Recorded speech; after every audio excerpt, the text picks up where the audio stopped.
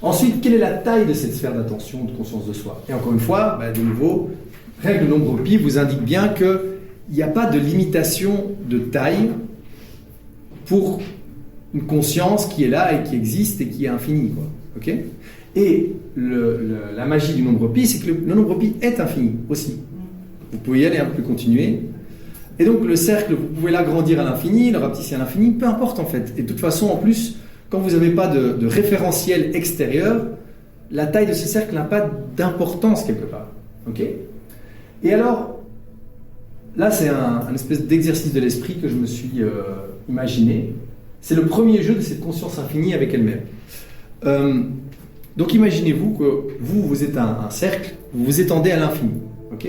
Et vous allez toujours plus loin.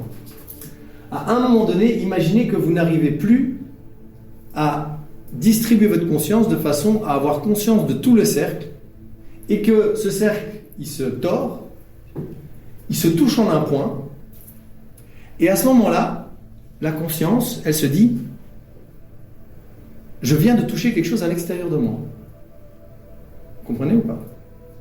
C'est-à-dire que c'est comme si quelque chose avait échappé à votre conscience, un point.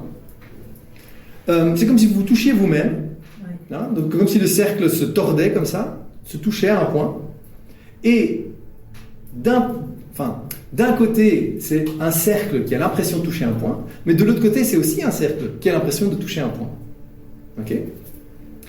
Et cette conscience, en fait, elle a rien d'autre que l'existence avec laquelle jouer. D'accord?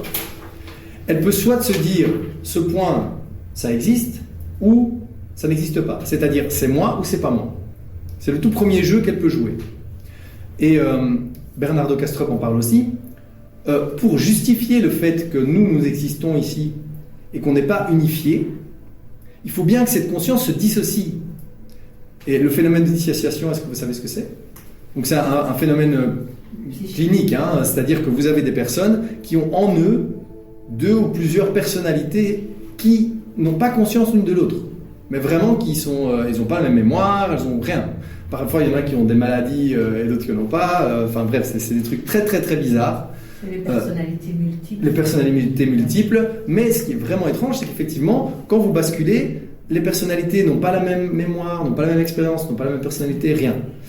Et en fait, ça, c'est pour moi l'origine du phénomène de dissociation. C'est-à-dire qu'à partir du moment où cette conscience, elle dit « ça, ce n'est pas moi », c'est comme si elle dissociait le point de son être unifié.